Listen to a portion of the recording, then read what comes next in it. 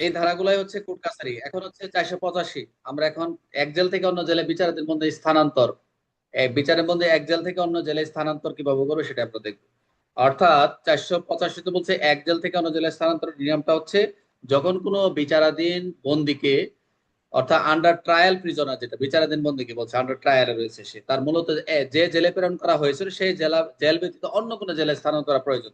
এক জেল থেকে দেখা যাচ্ছে জেল চেঞ্জ হয়েছে, বা এক জেল থেকে যে জেল ব্যতীত সেই অন্য জেলে স্থানান্তর করা প্রয়োজন, তখন বলে মনে হচ্ছে তখন কোর্ট অফিসার বন্দীকে আদালত হাজির করার সময় মামলার বিচারাধীন আদালতের নিকট একটি লিখিত আবেদন, রিটেন অ্যাপ্লিকেশন করবে।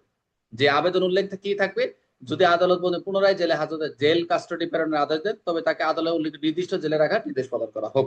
যদি এরকম থাকে নির্দিষ্ট জেলে প্রেরণ করা হোক, তাহলে সেটা কি করবে, যে আমরা যেটা দেখলাম যে কখনো কখনো প্রশাসনিক, কখনো কখনো নিরাপত্তা জনিত বা অন্যান্য কারণে বিচারের মধ্যে এক জেল থেকে অন্য জেলে স্থানান্তর প্রয়োজন হতে পারে এটা অন্য কোনো কিছু নেই। তাহলে কি করবে, কোর্ট অফিসার আদালতের কাছে একটা লিখিত অ্যাপ্লিকেশন করবে। আবেদনটি বন্দী আদালত হাজির থাকার অবস্থায় করতে হবে। আদালত যদি পুনরায় জেল হাজতে পাঠানোর আদেশ দেন, তাহলে আবেদন উল্লিখিত জেলে পাঠানোর পুনরায় করে নিয়ে যেতে পারে। মূল বিষয় হচ্ছে এখানে বিচারের বন্দীর জেল পরিবর্তন। জেল যদি পরিবর্তন হয়, আবেদনকারী কে করবে, কোর্ট অফিসার। আবেদন ধরন হবে লিখিত একটা আবেদন করবে। কাকে আবেদন করা হবে, মামলা বিচারাধীন আদালতে।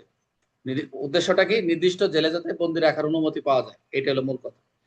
তাহলে 485 কোন বিষয় সম্পর্কিত, বন্দীদের স্থানান্তর। কাকে এক জেল থেকে অন্য জেলে স্থানান্তর করা যেতে পারে, ওই যে আন্ডার ট্রায়াল প্রিজনার, বিচারের বন্দী। জেল পরিবর্তনের আদালতে আবেদন করবেন কে, ওই কোর্ট অফিসার। আবেদনের কি ধরনের হতে হবে, সেটা হচ্ছে লিখিত। আদালত পুনরায় জেল হাজতে প্রেরণের আদেশ দিলে বন্দীকে কোথায় রাখা যেতে পারে, আবেদন উল্লেখিত নির্দিষ্ট জেলে।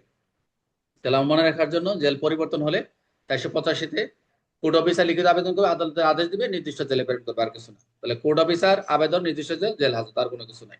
অর্থাৎ এক কথায় হচ্ছে 485 অনুযায়ী বিচারের বন্দীকে এক জেলে অন্য জেলে স্থানান্তর করার যদি প্রয়োজন মনে হয়, কোর্ট অফিসার আদালত লিখিত আবেদন করবেন, আদালতের আদেশে তাকে নির্দিষ্ট জেলে রাখা যায়। এখন যেটা পুরো ভেরি ভেরি ইম্পর্টেন্ট, রিটেনের প্রশ্ন।